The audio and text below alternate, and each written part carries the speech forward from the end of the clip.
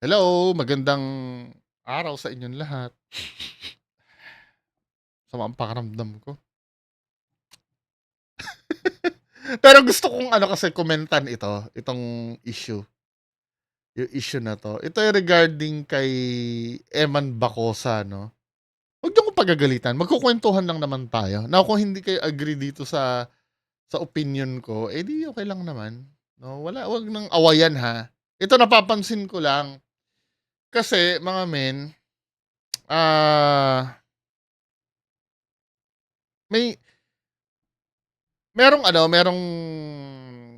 ah, bagong kontrata si Eman Bacosa sa Sparkle Artist ng GMA, 'di ba? So mina-market siya ngayon as artista. Kasi nga nakita nila malaki yung potential, eh. Talaga namang malaki yung potential.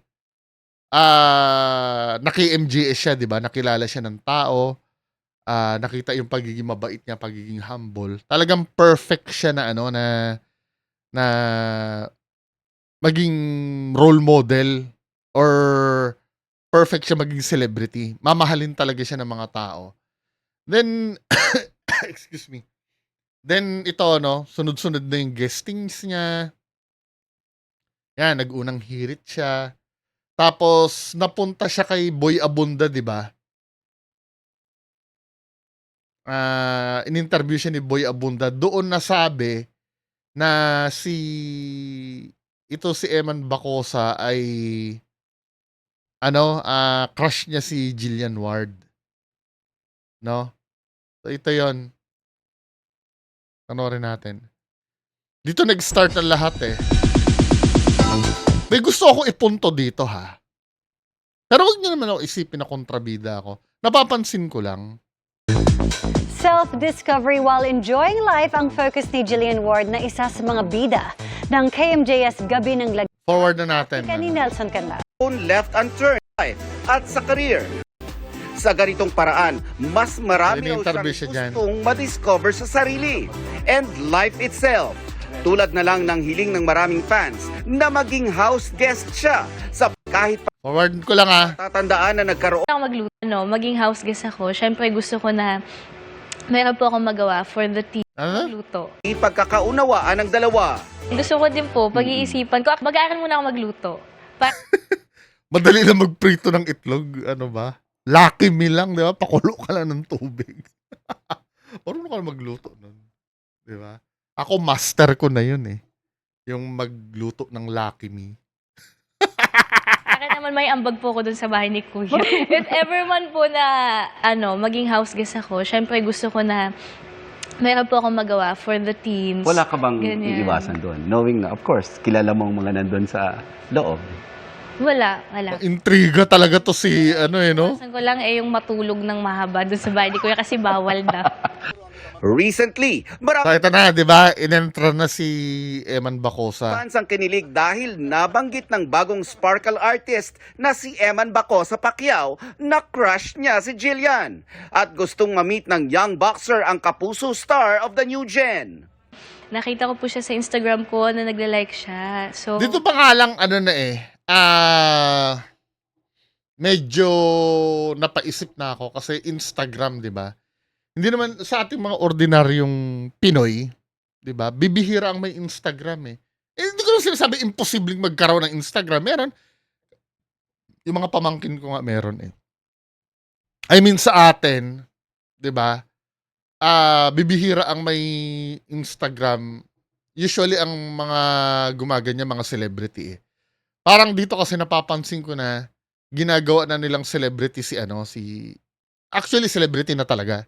Si Eman Bacosa. Ibig ko sabihin, inaano na siya sa mundo ng showbiz.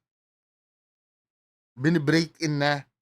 Kasi feeling ko lang to, ha, hinahanapan nila ng partner ito, eh. Ito si Jillian Ward, eh. So ito yung potential si Eman Bacosa. na-appreciate ko niya, tapos hindi kanya naman. pinapollow. Finalo niya po ako. Pinalo niya? Okay. Finalo niya po muna ako. Tapos ayun, Teka muna, Jill, ako. pinalo mo ba? Finalo ako. Napapanood ko din po. Parang hard sell sila, no? Di ba, men? Wala namang masama doon, kaya lang hayaan niyo maging organic yung ano. Kasi hindi magiging successful ang chemistry niya kung ipipilit niyo. Bigyan niyo ng ano ng parang stage na magkakadevelopan muna, hindi yung oy ano kinilig ka dahil crush ka daw ikaw, ano mo ba, crush mo din ba? Parang kayo yung 'di ba, Ben? Tapos ito 'no, may tagpo pa na ano, yung talagang sinasadya nila 'no, yung premiere ng KMJS. Andiyan kaya si Sir Ed? Kasi yung premiere nung movie ni Zarkaro, invited si Sir Ed doon, pati kaming dalawa ni Sir Lance. Hindi lang kami nakapunta kasi may sakit si Sir Lance noon, si Sir Ed lang ang natuloy. Siyempre, kapal naman ang mukha ko kung ako lang pupunta doon, di ba? Wala namang kinalaman. Anyway, sa premiere ng KMJS, ito, Join us on stage. Sobrang excited niya manood dito.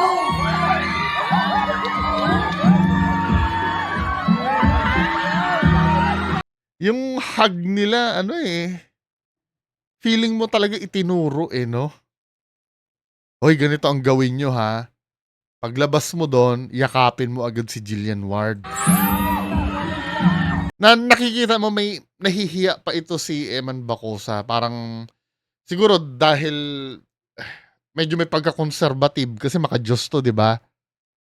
Medyo nakikita mo dito yung hindi ako expert pagdating sa ganyang bagay. Pero come on. Kahit mga ordinary nakikita mo dito medyo may ilang factor pa Oh my goodness! 'Di ba? Wait lang! Parang sinabi, "Oy, sorry ha, nag." Eman! Eman, bago batiin si Jillian ng personal, ikaw muna. So excited ka na bang mapanood si Jillian sa gabi ng lagim? Kasi alam ko, bumiyahe ka pa just to watch. Excited po ako manood. Congratulations pala sa movie.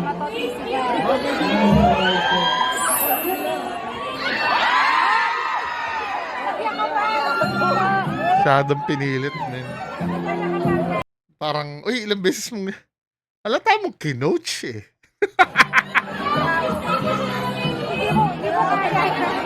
Bago sila pumasok. Look, hindi ko kinokontra to. Maganda kung magiging effective. Kaya lang, huwag niyong pipilitin yung mga tao. Di ba? Dapat bigyan nyo ng time na mahanap nila yung isa't isa muna. Hindi yung, sinong crush mo? Si Jillian Ward. O Jillian Ward, crush ka daw. Ano masasabi mo? Nag-follow ka na ba? Ano na ba kayong dalawa? Parang leading kayo, min. Hard sell kayo Hard selling to Di ba? Kung gusto nyo maging successful yung love team na yan, idaan nyo sa organic. May ano yan, ano yan magkakaroon ng development yan sa personal level. Kung ako lang ang kung ako mag-iisip kung paano maging organic yan sa tingin ng tao, ano yan palalabasin ko kunyari, oy mag-date kayong dalawa. Tapos kunyari, may makakakuha ng picture sa inyo. Yung mga ganun banat.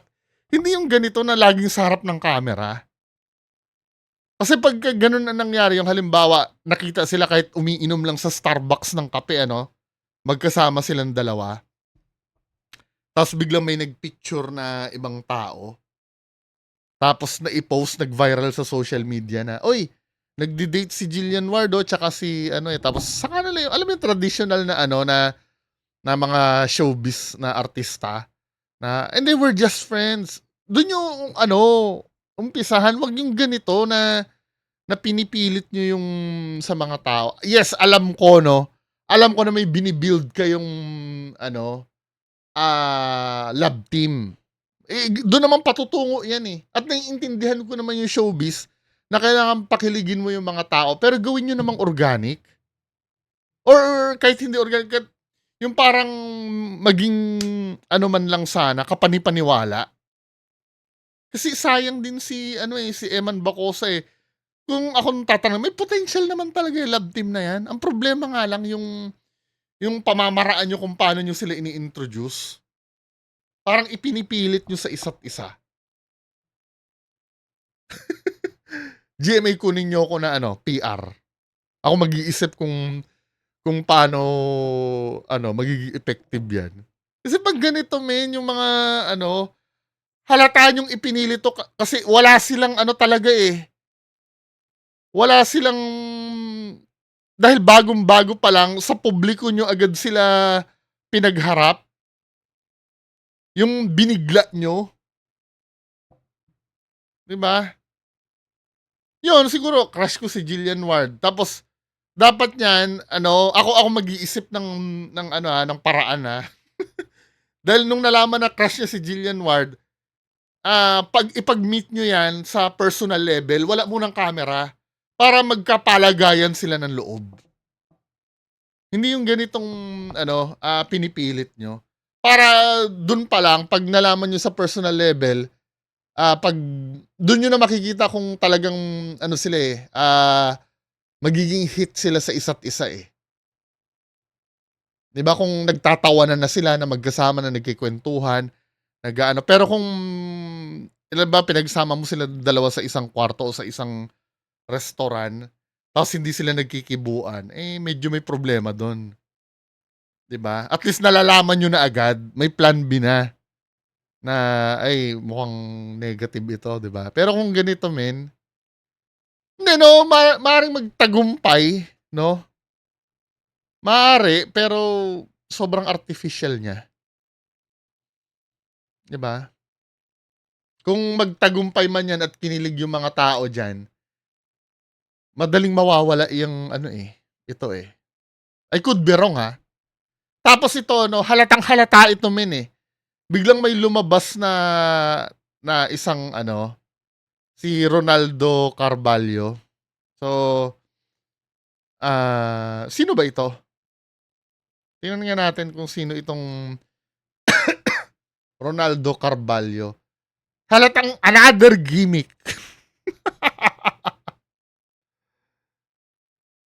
'Di ba? Another gimmick ito. Kasi sino ba 'tong Ronald Carvalho na 'to? Di ko siya kilala, pero may kinalaman yata ito sa showbiz, Ronald Carvalho. Tingnan natin kung sino 'to. Mukhang may kinalaman 'to sa showbiz, Sino ba ito? Direktor ba 'to?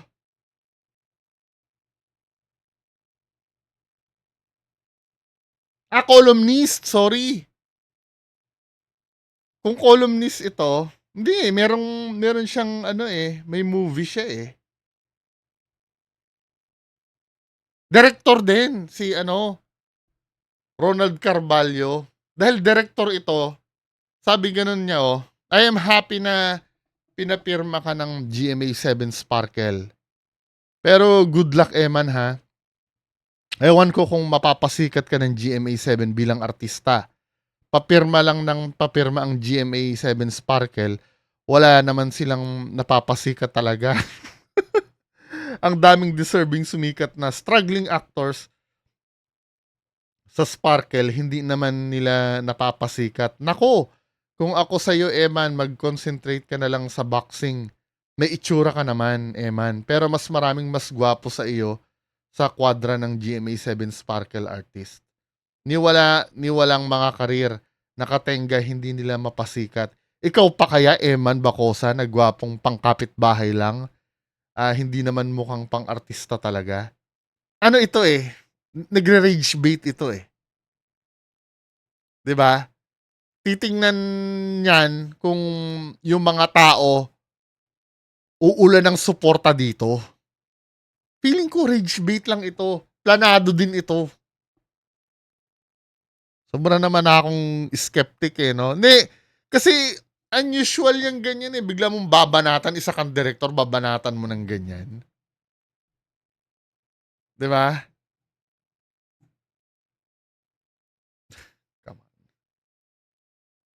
Ano ito, rage bait ito. Titingnan nila kung may magrarally sa sa likod ni Eman Bacosa,